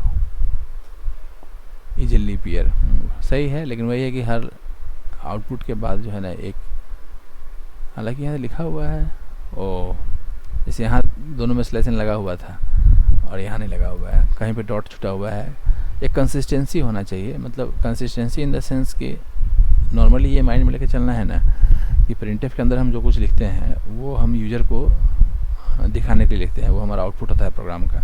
तो प्रोग्राम का आउटपुट जो होना चाहिए वो प्लेन इंग्लिश जो होता है, मतलब इंग्लिश एज ए लिटरेचर जो होता है उसका जो रूल एंड रेगुलेशन है उसको फॉलो करना चाहिए। उसमें फॉलो एटलीस्ट इतना फॉलो ज़रूर करना चाहिए कि हम जो सेंटेंस वहाँ डिस्प्ले कर रहे हैं उस सेंटेंस में जो सबसे पहला जो उसका कैरेक्टर होगा या अल्फ़ाबेट होगा केवल उसको कैपिटलाइज करें, बाकी जो भी वर्ड है उसको स्मॉल में राइट करने की कोशिश करें।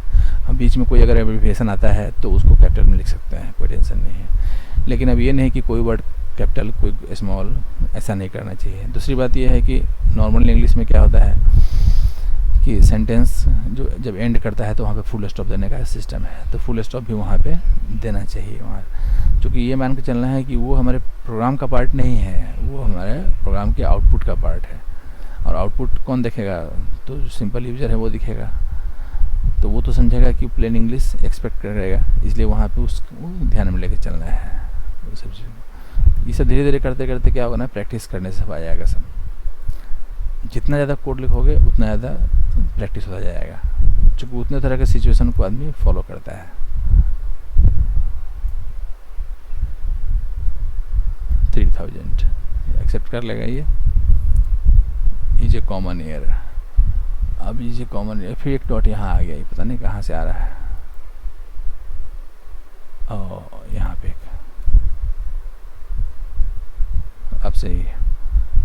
अब ये हो गया, थर्ड इसमें होगा इलेक्ट्रिसिटी बिल, ये वाला।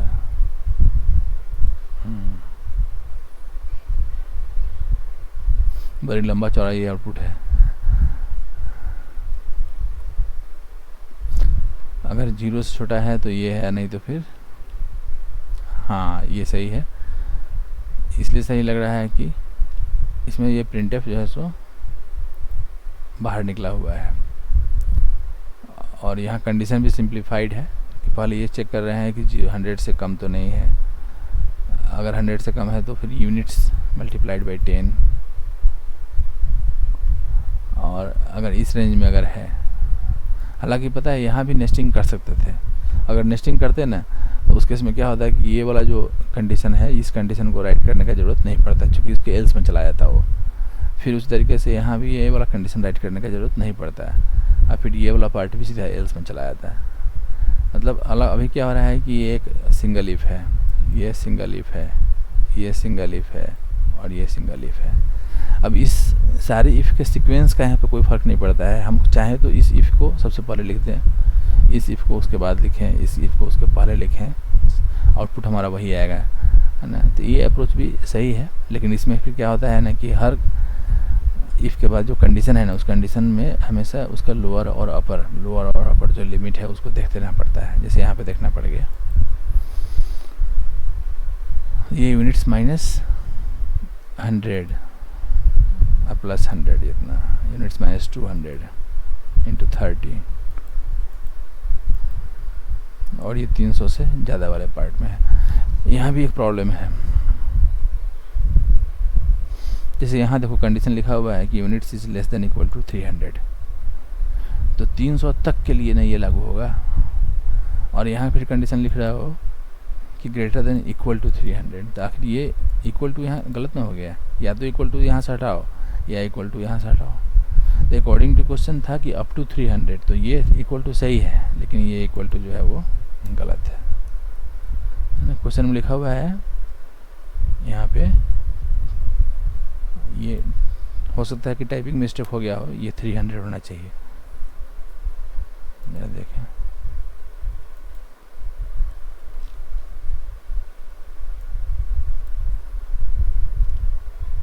नहीं यहाँ सही है।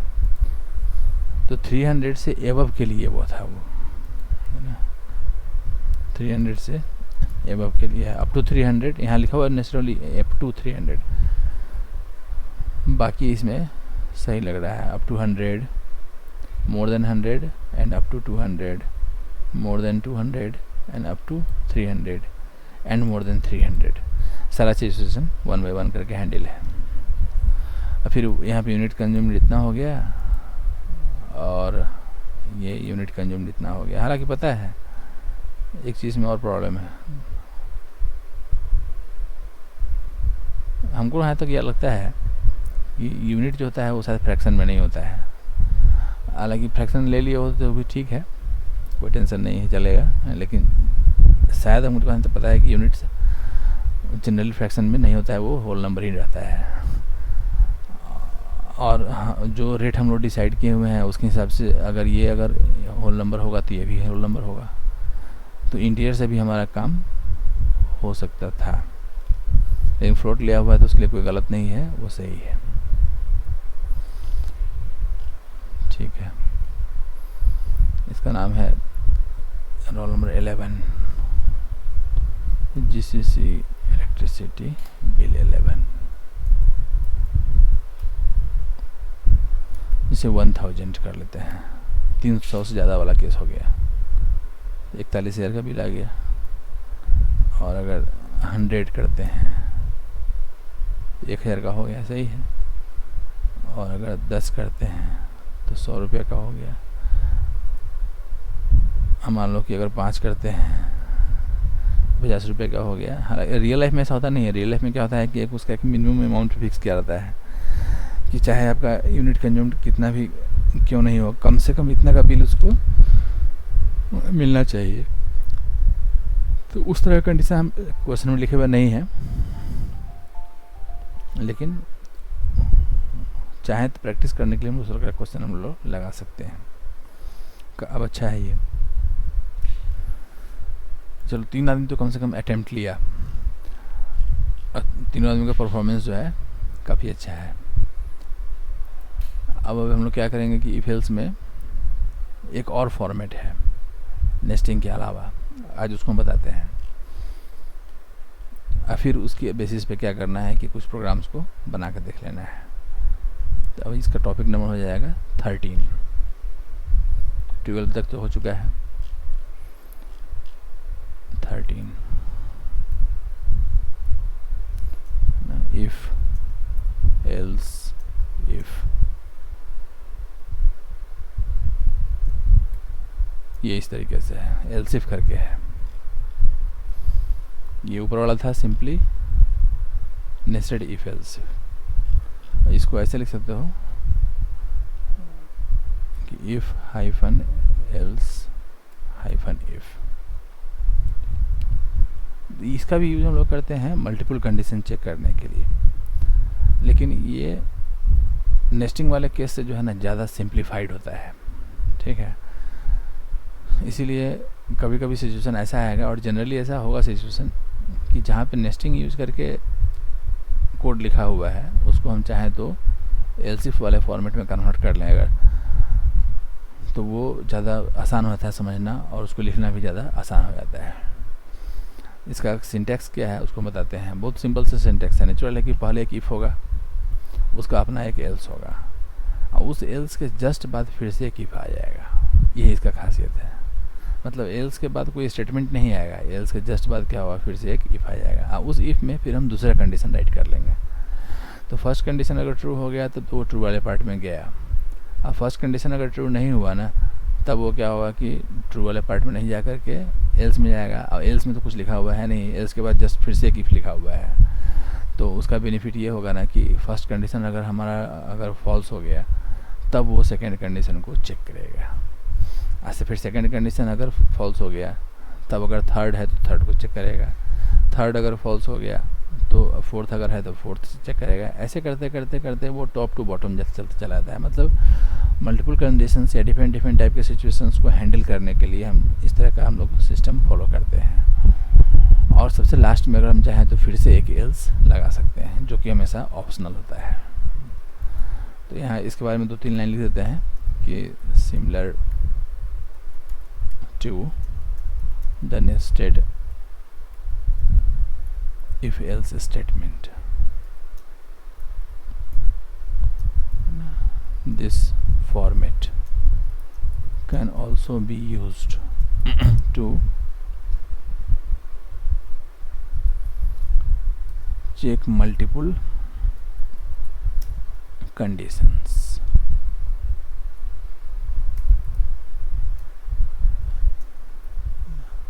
Its syntax is like below. Syntax का कैसे होगा कि इफ एंड देन कंडीशन 1। मान लो ये फर्स्ट कंडीशन है तो इसके अंदर अपना कुछ स्टेटमेंट लिखा हुआ है, एल्स इफ कंडीशन 2। अभी यही ध्यान देना है यहाँ कि एल्स के बाद कुछ स्टेटमेंट नहीं आया, जबकि एक नया कंडीशन आ गया, दैट इज कंडीशन 2। फिर एल्स इफ कंडीशन 3, फिर जो एल्स है उसके बाद कुछ स्टेटमेंट नहीं आया, जबकि एक नया कंडीशन आ गया। हालांकि एल्स के बाद स्टेटमेंट है, लेकिन वो स्टेटमेंट फिर दूसरे कंडीशन से इनक्लोज किया हुआ है। तो जब वो कंडीशन ट्रू होगा ना तभी वो काम करेगा। Then condition 4 something like this, इस तरीके से ये चेन होता चला जाता है, ये चेनिंग का सिस्टम है। तो इस तरीके से जितना भी हम कंडीशन चाहे वहाँ पे हम लिख सकते हैं, जितना एल्स इफ चाहे हम लिख सकते हैं। और लास्ट में फिर क्या करेंगे कि अगर एक एल्स का ब्लॉक भी चाहे तो हम वहाँ पे राइट कर सकते हैं ऐसा।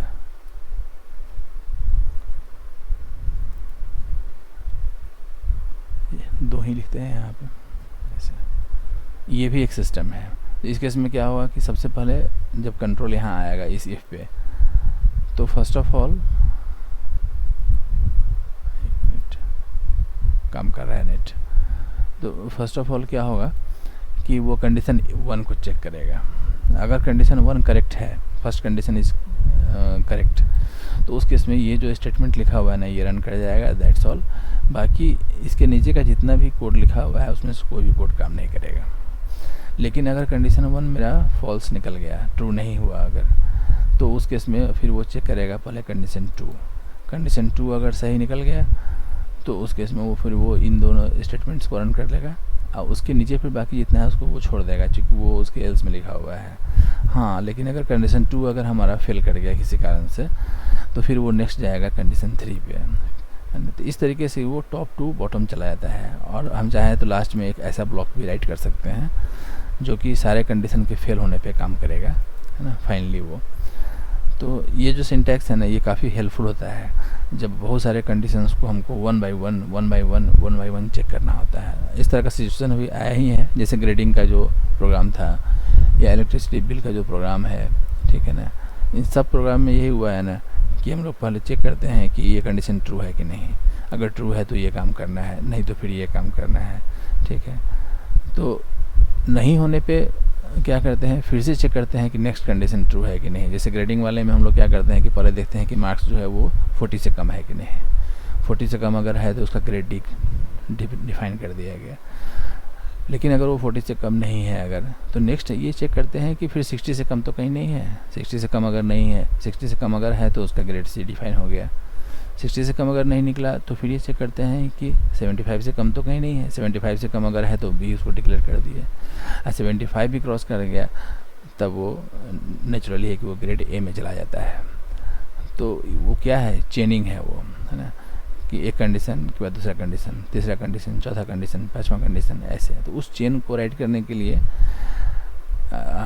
कई तरीका है। एक तरीका था सबसे शुरू में कि इंडिपेंडेंटली हम लोग इफ स्टेटमेंट लिख लेते हैं जिसमें कि सारे कंडीशंस को एक्सप्लिसिटली राइट किया रहता है। तो उसमें कोई नेस्टिंग नहीं है, केवल अलग अलग इफ स्टेटमेंट लिखा हुआ है। मतलब एक इफ लिखा हुआ है ग्रेड डी के लिए, एक लिखा हुआ है ग्रेड सी के लिए, एक लिखा हुआ है ग्रेड बी के लिए, एक लिखा हुआ है ग्रेड ए के लिए, और एक लिखा हुआ है इनवैलिड वाले केस के लिए।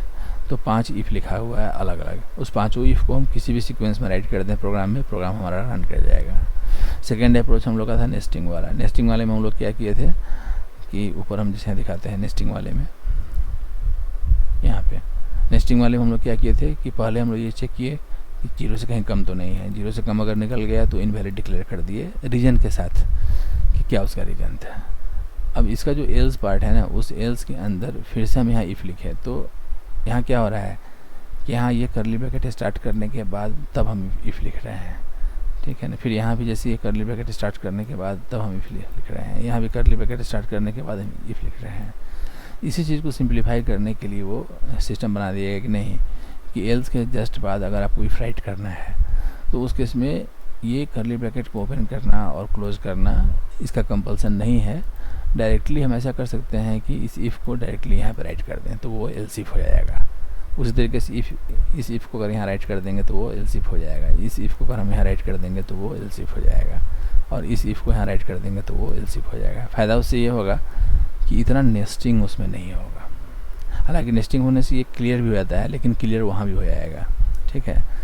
तो वो अप्रोच भी जो है वो सही अप्रोच है। उस अप्रोच के हिसाब से अगर कोड लिखेंगे तो इसको ऐसे लिखना होगा कि if marks is less than 0, तो इस केस में सिंपल प्रिंटफ मैसेज देना है कि invalid marks, it can not be negative /n। First possibility else if second possibility कि मार्क्स इज ग्रेटर देन 100, तो प्रिंटफ इनवैलिड मार्क्स, यहाँ भी जो है ना इस एम को स्मॉल ही रखो,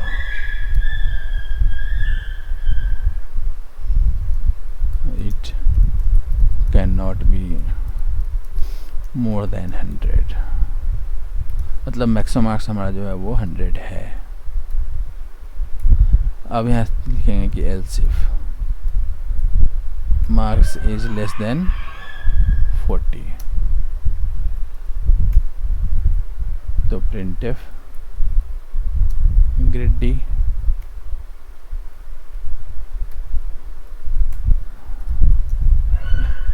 else if marks is less than 60, then printf grade C else if marks is less than 75, then printf grade B. और इसके बाद एक ही पॉसिबिलिटी है, चूँकि मोर देन 100 ऑलरेडी चेक किया हुआ है, तो सिंपली यहाँ पे प्रिंटफ ग्रेड ए। तो ये जो कोड लिखा है ना, हमको लगता है कि अभी तक हम लोग जितना भी कोड लिखे हैं उसमें सबसे ज़्यादा जो क्लैरिटी है वो इसी में है, और एकदम बिल्कुल सिंप्लीफाइड भी है ये, है ना। सिंप्लीफाइड इन द सेंस कि स्टेप बाय स्टेप हम लोग क्या कर रहे हैं, इसमें प्रोसीड कर रहे हैं, सारे पॉसिबिलिटीज़ को वन बाय वन चेक करते जा रहे हैं। तो जनरली इस अप्रोच में ये होता है ना कि इनवैलिडनेस को आदमी पहले चेक करता है, मतलब इनवैलिड होने का जो रीज़न है उसको पहले चेक कर लो, उसको जो पॉसिबिलिटी है कि इस कारण से इनवैलिड, उस कारण से इनवैलिड, उस कारण से इनवैलिड, ऐसा कुछ। तब उसके बाद एलसीफ लगा करके बाकी जो हमारा जो बिजनेस लॉजिक है या हमारा जो लॉजिक है उसके हिसाब से उसको काम करना है। तो उस पॉइंट ऑफ व्यू से देख रहे हो यहाँ पे कि ये कितना आसान हो गया। पहले ही चेक किया गया कि 0 से कम है कि नहीं, उसके जस्ट बाद ही हमने चेक कर लिया कि 100 से ज़्यादा है कि नहीं, और ये दोनों केस अगर क्रॉस कर गए इसका मतलब है कि मार्क्स हमारा इनवैलिड नहीं है। तो अब इसके बाद का जो वैल्यू है वो एक्सेप्टेबल है, जो वैल्यू एक्सेप्टेबल है उसमें कुछ नहीं करना है, उसमें हमारा जो लॉजिक दिया हुआ है उसके हिसाब से रेंज को चेक कर लेना है कि 40 से कम है तो ये, 60 से कम है तो ये, 75 से कम है तो ये, 75 क्रॉस कर गया अगर, या एटलीस्ट 75 आ भी गया तो उस केस में ये। तो हमको लगता नहीं कि इसको समझने में किसी को कोई दिक्कत हुआ होगा, ये बहुत आसान है। अच्छा, इसी ये भी है कि जैसे अभी क्या हो रहा है कि हर एल्स इफ के अंदर एक सिंगल स्टेटमेंट है, इसीलिए हम किसी में कर्ली ब्रैकेट यूज़ नहीं किए हैं। मतलब ये प्रिंटफ भी सिंगल है, ये प्रिंटफ भी सिंगल है, ये भी सिंगल है, ये भी सिंगल है, हर केस में एक एक प्रिंटफ लिखना है, इस कारण से कहीं कर्ली ब्रैकेट नहीं लिखा हुआ है। लेकिन अगर मल्टीपल स्टेटमेंट राइट करना है तो ये वाला फॉर्मेट जो हम लिखे हैं इसको यूज़ कर लेना है, मतलब कर्ली ब्रैकेट ओपन करना है, क्लोज करना है, बीच में सारे स्टेटमेंट्स को राइट कर देना है। दूसरा एक हम ये चीज़ बताना चाह रहे थे कि लीप ईयर का जो प्रोग्राम था हम लोग का, है ना, उस प्रोग्राम को कैसे हम सिंप्लीफाई करते हैं उस पे आते हैं।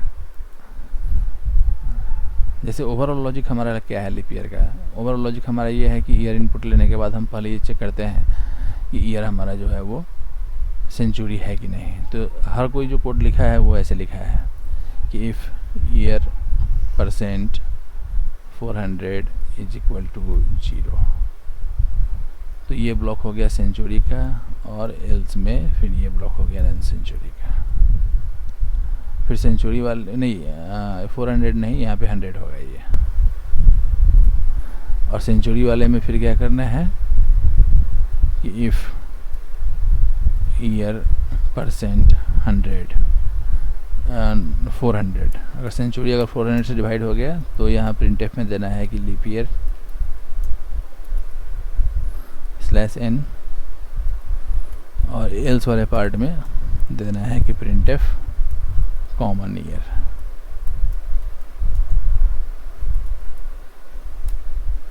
/n, और इसी इफ एल्स को कॉपी कर लेंगे यहाँ से हम लोग और यहाँ इसको पेस्ट कर देंगे। अब केवल इतना चेंज करना है कि इस 400 को 4 कर देना है, दैट्स ऑल। कहाँ चला गया? यहाँ।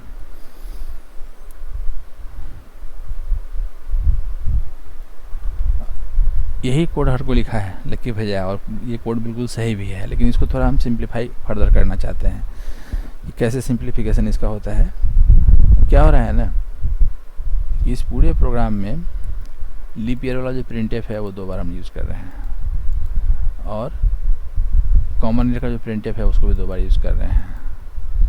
इसको हम चाहें तो 1 बार भी यूज़ कर सकते हैं। मतलब यहीं पे वेरिएबल का कंसेप्ट आएगा। वेरिएबल को क्यों यूज़ करना, जैसे होता है ना कि हम शुरू में बताया था कि number of variable come define करना चाहिए, अच्छी बात है, एक ही वेरिएबल से मेरा सारा काम हो जा रहा है। लेकिन यहाँ पे एक लॉस है, वेरिएबल कम करने के चक्कर में क्या हो रहा है ना कि प्रिंटफ को बार बार लिखना पड़ रहा है। जैसे ईयर हमारा अगर सेंचुरी है या नॉन सेंचुरी है, दोनों केस में डिफरेंस हमारा एक ही जगह पे है ना। डिफरेंस हमारे पास ये है कि सेंचुरी के केस में 400 से डिवाइड करना है और नॉन सेंचुरी के केस में 4 से डिवाइड करना है। तो डिफरेंस बस इस 400 और 4 का है। बाकी ये जो इफ एल्स है और ये जो इफ एल्स है दोनों एग्जैक्ट सेम है। इस चीज़ को हम बाय द वे अगर हम ऐसे डिफाइन काम करें तो क्या हो सकता है, देखो सेकेंड वर्जन इसका। मान लो मेरे पास एक और वेरिएबल है जिसका नाम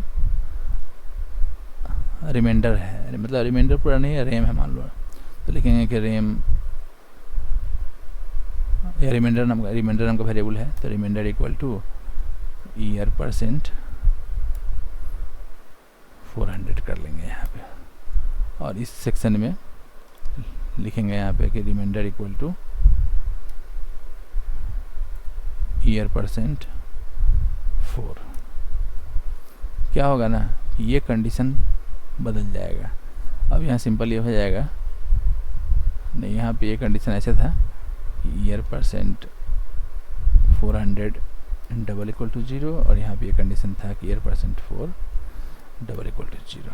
अब यहाँ पे ये कंडीशन हो जाएगा कि रिमाइंडर डबल इक्वल टू 0। फिर ये भी कंडीशन हो जाएगा कि रिमाइंडर डबल इक्वल टू 0। ठीक है। अब सोचोगे कि फ़ायदा क्या हुआ, अननेसेसरी एक वेरिएबल हमारा बढ़ गया जिसका नाम हुआ रिमाइंडर। ठीक है। अब यहाँ पे रिमाइंडर हम कैलकुलेट ऐसे कर रहे हैं कि डिवाइडिंग ईयर बाई 400 और यहाँ पे रिमाइंडर हम कैलकुलेट कर रहे हैं डिवाइडिंग ईयर बाई 4। ओनली केवल ये डिफरेंस है, लेकिन फ़ायदा ये हो रहा है ना कि ये जो इफ एल्स है और ये जो इफ एल्स है दोनों एकदम एग्जैक्ट सेम हो गया, मतलब देयर इज़ नो डिफरेंस। तो वैसा कोई भी स्टेटमेंट जो कि किसी इफ़ और एल्स दोनों जगह लिखा हुआ हो उसको दोनों जगह राइट करने का कोई मतलब नहीं है, क्योंकि कंट्रोल हमारा इसमें जाएगा तब भी ये इफ एल्स काम करेगा, कंट्रोल हमारा इसमें आएगा तब भी इफ एल्स काम करेगा। तो 2 जगह क्यों हम रिपीट करें, इसको सिंपली यहाँ से कट कर लेंगे और सिंपली यहाँ से कट कर लेंगे और क्यों नहीं इसको यहाँ पेस्ट कर देंगे। अब क्या हो गया ना कि नंबर ऑफ, अच्छा दूसरी बात यह है कि अब हमारा यहाँ भी सिंगल स्टेटमेंट हो गया तो करली ब्रैकेट की ज़रूरत नहीं है। धीरे धीरे ये प्रोग्राम जो है ना बहुत छोटा हो जाएगा। तो एक वेरिएबल बढ़ा लेने से क्या हो गया कि कोड हमारा जो है ना बहुत सिंप्लीफाइड हो गया। मतलब मेरे पास अब नेस्टिंग नाम का चीज़ नहीं रहा, बस 2 इंडिपेंडेंट इफ स्टेटमेंट है, इफ एल्स स्टेटमेंट है। ये पहला इफ एल्स स्टेटमेंट है, ये डिसाइड करने के लिए कि whether the year is century और नॉट। और दूसरा इफ एल्स स्टेटमेंट ये डिसाइड करने के लिए है कि whether the year is leap और नॉट। ठीक है। तो इस केस में हम लोग क्या कर रहे हैं कि 100 से डिवाइड कर रहे हैं। 100 से डिवाइड करने के बाद बस हम लोग ये देख रहे हैं कि अगर ये डिवाइड हो गया दैट मीन्स कि दिस इज़ सेंचुरी ईयर, तो उस केस में अगला जो रिमाइंडर हमको निकालना है वो रिमाइंडर निकालना है 400 से डिवाइड करके। और अगर वो नॉन सेंचुरी है तो उस केस में 4 से डिवाइड करना है। और फिर उसके जस्ट बाद अब ये देख लेना है कि अच्छा ये जो रिमाइंडर आया है चाहे वो 400 से डिवाइड किया हुआ हो चाहे वो 4 से डिवाइड किया हुआ हो, अगर वो रिमाइंडर फिर से 0 आ गया इसका मतलब है कि वो डिवाइड हो गया।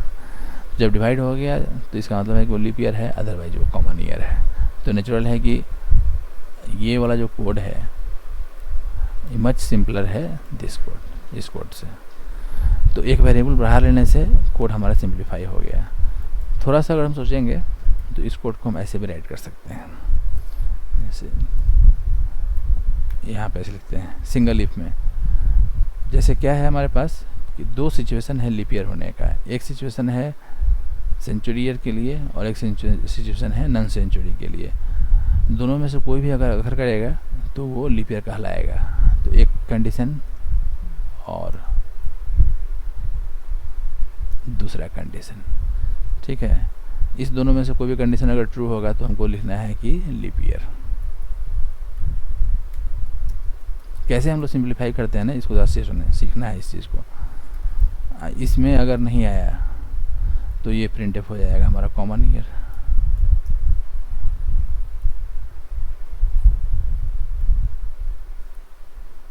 ठीक है। अब क्या है, अब ये सोचना है कि आखिर ये जो हम लिखे हैं यहाँ पे ब्लॉक, ये लिखे हैं सेंचुरी के लिए और ये लिखे हैं नॉन सेंचुरी के लिए। तो सेंचुरी का केस है, इसका मतलब है कि year must be divisible by 100। तो फर्स्ट कंडीशन विल बी कि year percent 100 should be equal to 0। और जब ये सेंचुरी है तो उस केस में ये भी होना चाहिए साथ में, इसलिए एंड लगा रहे हैं कि साथ में ये भी होना चाहिए कि ईयर को 400 से डिवाइड होना चाहिए। तो year percent 400 is equal to 0। मतलब जब ये कंडीशन भी ट्रू हो और ये कंडीशन भी ट्रू हो तो देखो क्या हो लिखा हुआ है कि अगर ईयर हमारा 100 से डिवाइड हो साथ ही साथ 400 से भी डिवाइड हो, दैट मीन्स कि this is the case of leap year. अच्छा, ये जो ब्लॉक था ये किसके लिए था? नॉन सेंचुरी के लिए था। Means year percent 400 is not equal to 0, first condition. तो जैसे हो गया not equal to 0, that means कि this is non year percent 100 is not equal to 0। That means कि year is non century year and year percent 4 is equal to 0। तो century के case में 400 से डिवाइड होना चाहिए और नॉन सेंचुरी के केस में 4 से डिवाइड होना चाहिए। तो कंडीशन यहाँ से यहाँ मिला करके थोड़ा लंबा ज़रूर हो गया, लेकिन ऐसा भी कॉम्प्लिकेशंस में नहीं है कि इसको समझा नहीं जा सके। ठीक है, तो ये फ़ायदा ये हो गया ना कि जो 2 बार जो इफेल्स लिख रहे थे उससे अच्छा है कि एक ही बार इफेल्स लिखे। और इस दोनों में से कोई कंडीशन अगर ट्रू हो गया तो वो लीप हो गया, अदरवाइज वो कॉमन हो गया। तो कंडीशन राइट करते समय जो है ना थोड़ा सा सोचना ज़्यादा पड़ता है ना, कि कंडीशन कहाँ पे एंड लाएगा, कहाँ पे और लाएगा, कहाँ पे पैरेंथेसिस यूज़ करना है, कहाँ पे पैरेंथेसिस नहीं यूज़ करना है। कई तरह का सिचुएशन वहाँ पे है, लेकिन वो प्रैक्टिस का चीज़ है। प्रैक्टिस करते करते करते करते करते करते क्या होगा कि वो आराम से वो समझ में आ जाएगा कि कैसे करना है। जैसे जैसे मैच्योरिटी बढ़ता जाएगा वैसे वैसे क्या होगा ना कि कंडीशन राइट करना आसान होता चला जाएगा। इस कंडीशन को हम लोग फर्दर भी सिंप्लीफाई कर सकते हैं। जैसे जहाँ जहाँ डबल इक्वल टू से 0 से कंपेयर करते हैं, वो इक्वल टू से 0 से कंपेरिजन करना जरूरी नहीं है, क्योंकि किसी भी चीज़ का वैल्यू अगर 0 होगा तो वो नेचुरल है कि फॉल्स होगा, और उसका वैल्यू अगर नॉन 0 होगा तो वो ट्रू होगा। तो इस चीज़ को भी हम चाहें तो प्रोग्राम में अपने हम यूज कर सकते हैं, लेकिन अभी उतने कॉम्प्लिकेशन भी नहीं जाएंगे, क्योंकि जैसे जैसे हम लोग आगे बढ़ेंगे ना तो और भी डिफरेंट एग्जाम्पल आएगा। अब बाकी जो एग्जाम्पल आएगा वहाँ फिर हम लोग को फिर इफेल्स लगाना ही है। तो उस सिचुएशन में हम लोग क्या करेंगे कि कंडीशंस राइटिंग करने का जो स्किल है ना उसको बढ़ाते हुए चले जाएंगे। तो प्रैक्टिस करने के लिए भी क्या करना है कि जैसे आज जो हम ये बताए हैं एलसिफ एलसिफ एलसिफ, अभी तक का जितना हम लोग प्रोग्राम लिखे हैं नेस्टेड इफेल्स का यूज़ करके, ठीक है, उस प्रोग्राम को जो है ना एलसिफ में कन्वर्ट कर लेना है। चाहे वो इलेक्ट्रिसिटी बिल का प्रोग्राम हो, चाहे वो लार्जेस्ट ऑफ 3 नंबर्स का प्रोग्राम हो, चाहे वो फिर वो लीप ईयर का जो प्रोग्राम है वो तो खैर हम बता ही दिए, उसको तो बहुत सिंप्लीफाइड हो गया, या फिर ग्रेडिंग वाला हम बता ही चुके हैं, तो ग्रेडिंग को क्या करना है। लेकिन और भी एग्जांपल था, जैसे ये था यंग वाला है, ओल्ड वाला है, ठीक है ना। यहाँ भी हम चाहें तो एलसीफ एलसीफ लगा सकते हैं। एलिजिबल फॉर वोटिंग वाला जो केस है वहाँ भी हम चाहें तो एलसीफ लगा सकते हैं।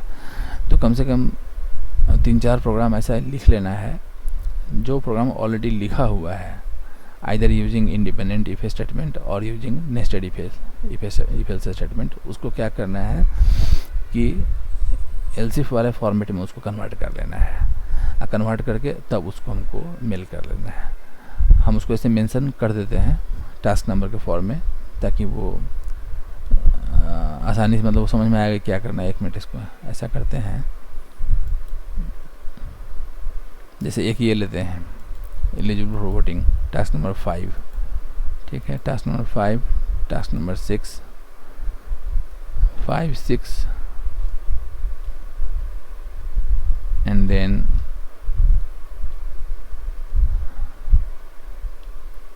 9, 5, 6 और 9।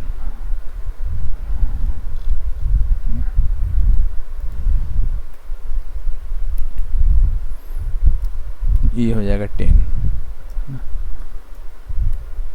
Rewrite the code corresponding to task number 5, 6 and 9 using if else if statement। बस यही है, एक ही टास्क, लेकिन 3 फाइल बना लेना। मतलब टास्क नंबर 5 जो था वोटिंग वाला, उसमें भी ये सब चेक करते हुए कि एज हमारा 0 से कम नहीं होना चाहिए, एज 100 से ज़्यादा नहीं होना चाहिए, और फिर अगर 18 से कम है तो क्या है, 18 या उससे ज़्यादा है तो क्या है। फिर 6 वाला जिसमें कि यंग है, ओल्ड है और एडल्ट है, 3 केस को हैंडल करना है, साथ में वैलिड इनवैलिड। और फिर वो इलेक्ट्रिसिटी बिल वाला जो टैक्स नंबर 9 था। इन तीनों प्रोग्राम को क्या करना है ना कि एलसीफ एलसीफ एलसीफ यूज़ करना है ना, नेस्टिंग यूज नहीं करना है उसमें, और ना ही इंडिपेंडेंट इफ यूज़ करना है। तब उसको फिर से दोबारा से राइट कर लेना है। तो उससे क्या होगा कि इफ एल्स का जितना फॉर्मेट हम लोग अभी तक डिस्कस किए हैं ना, वो सारा का सारा फॉर्मेट हमारा जो है वो काम करने लगेगा, और सब पे हमारा मतलब ग्रिप हो जाएगा, किसी में कोई कन्फ्यूजन नाम का चीज़ नहीं होगा। इतना कर लेते हैं, तब फिर हम लोग आगे वाले टॉपिक पे फिर आएंगे। अब इसके बाद स्विच केस स्टेटमेंट जो है उसको बता देंगे कि स्विच केस स्टेटमेंट कैसे यूज़ करते हैं। वो भी एक तरह का डिसीजन मेकिंग स्टेटमेंट ही है, लेकिन वो थोड़ा सिंटैक्स वाइज वो अलग है, और उसका मतलब उसका अपना इम्पोर्टेंस है, उसका अपना बेनिफिट है काम करने का। सिचुएशन टू सिचुएशन वेरी करता है। ठीक है, तो फिर हम लोग मिलते हैं। फिर आज हो गया थर्सडे, सैटरडे को फिर हम लोग मिलते हैं। फिर कुछ पूछना भी है क्या? चलिए ठीक है, थैंक यू।